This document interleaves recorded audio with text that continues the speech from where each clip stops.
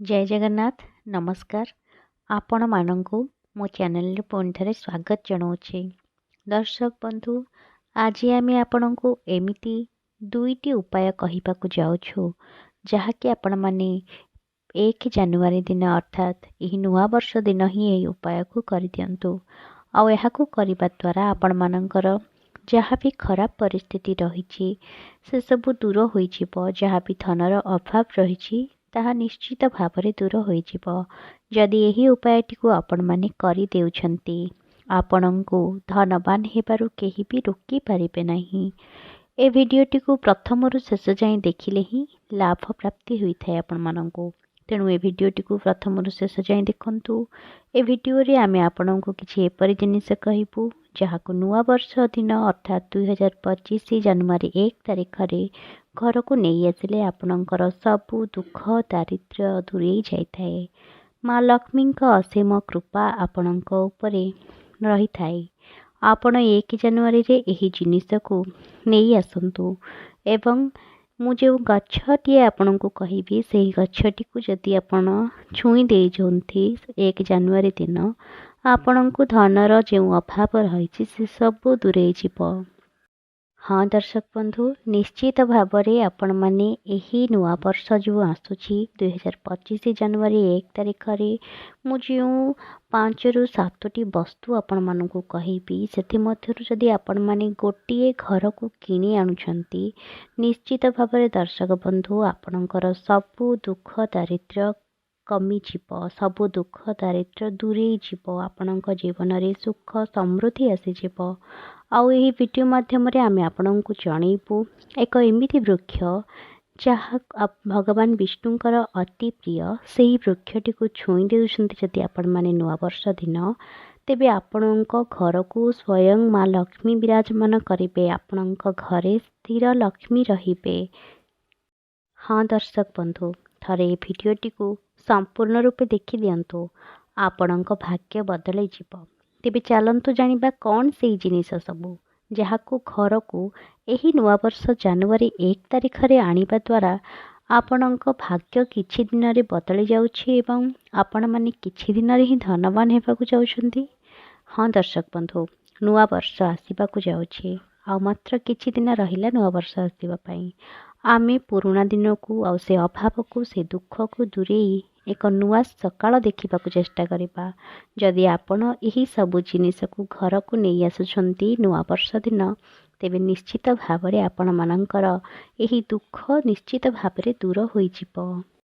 केवल यही काम को करिबा द्वारा दुनियार केही भी आपण मानंको आपण मानक भाग्य रे होयुथिबा परिवर्तन को केही भी रोकी पारिबे नहीं। जदि आपण चाहुछंती आपणक दुखमय जीवन को परिवर्तन करिबाकू तेबे यही काम को 2025 मसीहा अर्थात यही नुआ वर्ष जनवरी 1 तारिख रे आसीबाकू जाउथिबा यही दिन रे यही काम को निश्चित भाव में करंतु।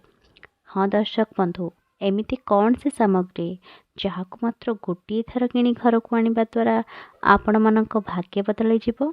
एक कथा हुए तो आपण मानक विश्वास हेउनथिबो किंतु एहा सत्य कथा।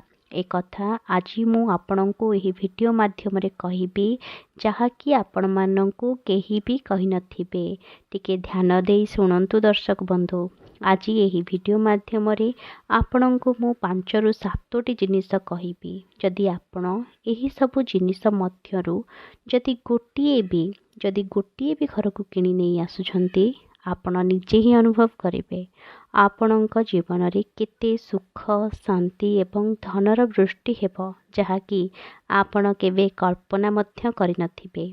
जदि आपणकर किछि वर्ष हैला दुख कष्ट लगी रही यार समाधान आपण माने पाई पारु नाहंती सबु उपाय करि सारिलेनी आ तार रिजल्ट किछि आसुनी तेबे थरुटिए दर्शक बंधु यही उपायटी को करि देखंतु निश्चित भाव में आपणकर दुख कष्ट दूर होई जीवो।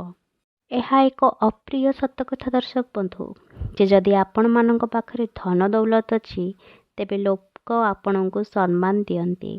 जेते सज्जन आपण हुंतु ଯେତେ ତ୍ୟାଗୀ ମଣିଷ ଆପଣ ହୁଅନ୍ତୁ ନା କାହିଁକି, ଯଦି ଆପଣଙ୍କ ପାଖରେ ଟଙ୍କା ନାହିଁ ତ ଲୋକ ଆପଣଙ୍କୁ ପସନ୍ଦ କରୁନାହାନ୍ତି, ସମ୍ମାନ ଦେଉନାହାନ୍ତି।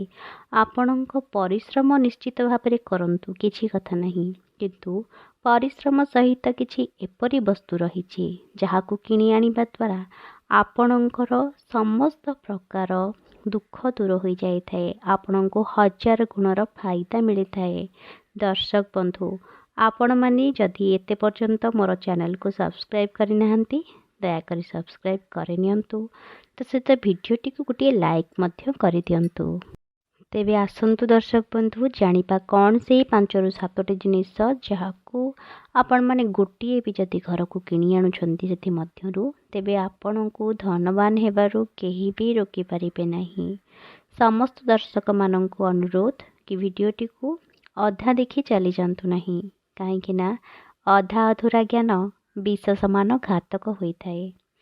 ତେବେ ଆସନ୍ତୁ ଜାଣିବା ସେସବୁ ଜିନିଷ ଗୁଡ଼ିକ କ'ଣ। ପ୍ରଥମଟି ହେଉଛି ଶୁଆର ଚିତ୍ର। ହଁ ଦର୍ଶକ ବନ୍ଧୁ, ଘରକୁ ଶୁଆର ଚିତ୍ର କିଣି ଆଣନ୍ତୁ।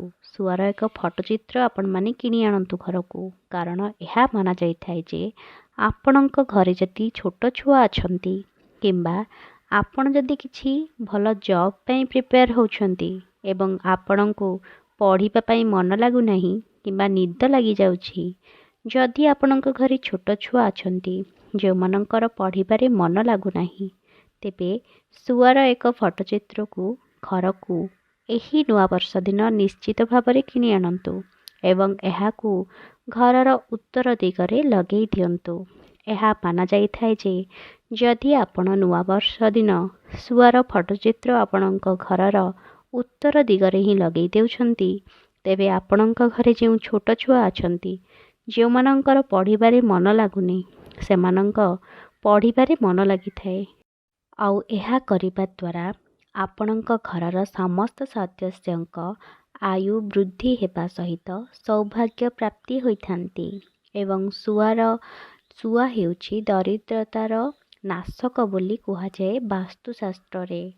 ବାସ୍ତୁଶାସ୍ତ୍ରରେ ଶୁଆକୁ ଏକ ଉତ୍ତମ ପକ୍ଷୀ ବୋଲି କୁହାଯାଏ। ଯେଉଁ ଘରେ ଶୁଆର ଫଟୋଚିତ୍ର ରଖାଯାଇଥାଏ ଏବଂ ଏହା ଉତ୍ତର ଦିଗରେ ରଖାଯାଇଥାଏ, ସେହି ସ୍ଥାନରେ ସେହି ଘରେ କେବେ ବି ଦରିଦ୍ରତା ରହିନଥାଏ।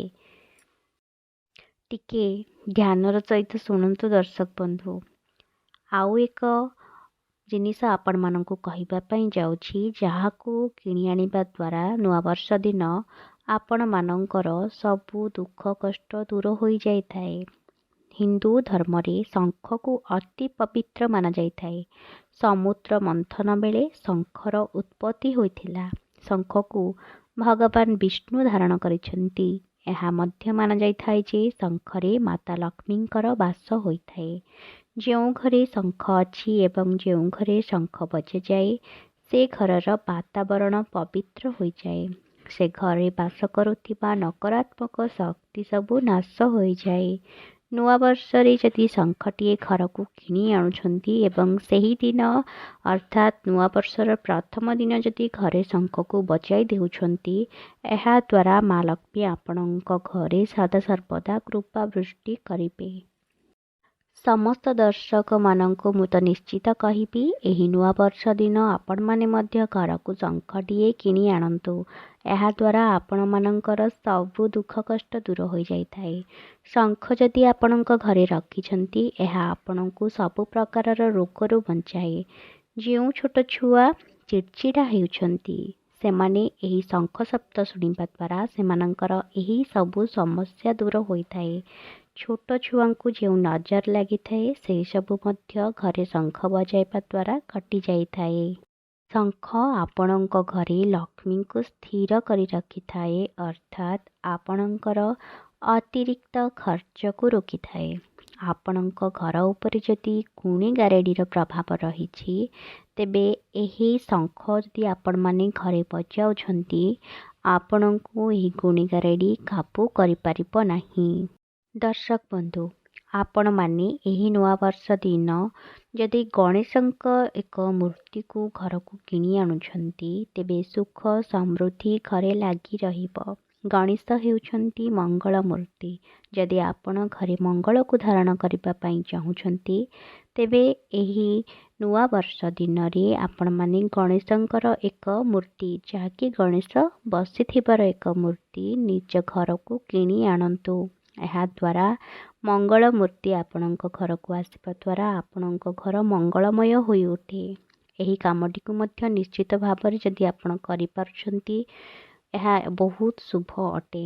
ନୂଆ ବର୍ଷ ଦିନ ଯଦି ମଙ୍ଗଳ ମୂର୍ତ୍ତିଙ୍କୁ ଆପଣଙ୍କ ଘରକୁ ଆପଣମାନେ ଆବାହନ କରି ଆଣୁଛନ୍ତି, ଆପଣମାନେ ମୂର୍ତ୍ତିଟି ଯଦି କିଣି ଆଣୁଛନ୍ତି, ଏହା ଅତ୍ୟନ୍ତ ଶୁଭ ଫଳ ଦେଇଥାଏ। ପରବର୍ତ୍ତୀଟି ହେଉଛି ତୁଳସୀ ଗଛ। ହଁ ଦର୍ଶକ ବନ୍ଧୁ, ଯଦି ନୂଆ ବର୍ଷ ଦିନ ଆପଣମାନେ ତୁଳସୀ ମାଙ୍କୁ ଆଣି ସ୍ଥାପନା କରୁଛନ୍ତି, ତେବେ ଆପଣମାନଙ୍କ ନୂଆ ବର୍ଷଟି ସୁଖମୟ ହେବାକୁ ଯାଉଛି। କୌଣସି ମନ୍ଦିର ପାଖରେ ଯଦି ଆପଣ ତୁଳସୀ ଗଛଟିଏ ଲଗାଇ ଦେଉଛନ୍ତି, ଆପଣମାନଙ୍କ ଜୀବନ ସୁଖମୟ ହୋଇଯିବ।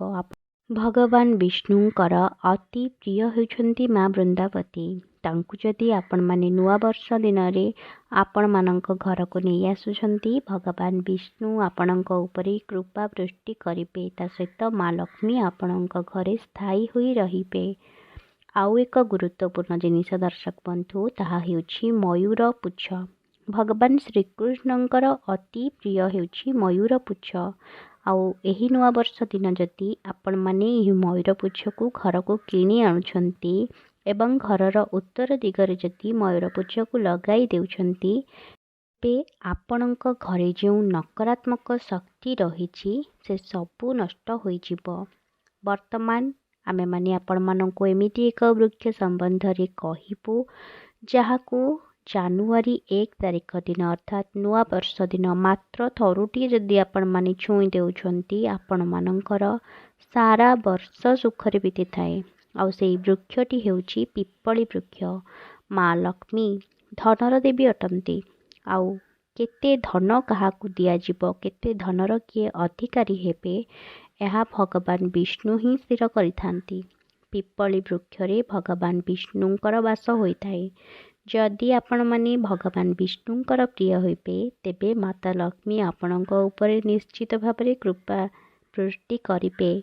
ପିପଳି ବୃକ୍ଷକୁ ଆପଣମାନେ ପ୍ରଥମେ ପ୍ରଣାମ କରି ତାପରେ ପିପଳି ବୃକ୍ଷକୁ ଛୁଇଁ ଦିଅନ୍ତୁ ଏବଂ ପିପଳି ବୃକ୍ଷ ମୂଳରେ ଗୋଟିଏ ଘିଅ ଦୀପଟିଏ ଜାଳି ଦିଅନ୍ତୁ। ଏହାଦ୍ୱାରା ଆପଣମାନଙ୍କର ସାରା ବର୍ଷ ଖୁସିରେ ବିତିଥାଏ। ଭଗବାନ ବିଷ୍ଣୁ ଆପଣଙ୍କ ଉପରେ କୃପା ବୃଷ୍ଟି କରିଥାନ୍ତି।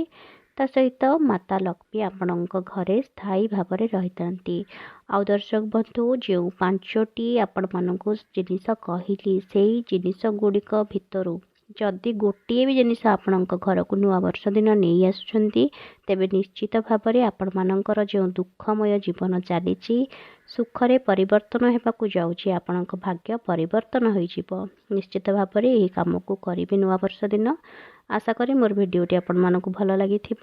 ଯଦି ଭଲ ଲାଗିଥାଏ, ଗୋଟିଏ ଲାଇକ୍ ନିଶ୍ଚିତ କରିବେ, ସେୟାର କରିବେ ଆପଣମାନଙ୍କର ପ୍ରିୟଜନମାନଙ୍କୁ, ଆଉ କମେଣ୍ଟ କରିବା ପାଇଁ ଜମାରୁ ବି ଭୁଲିବେ ନାହିଁ। ରହିଲି, ନମସ୍କାର।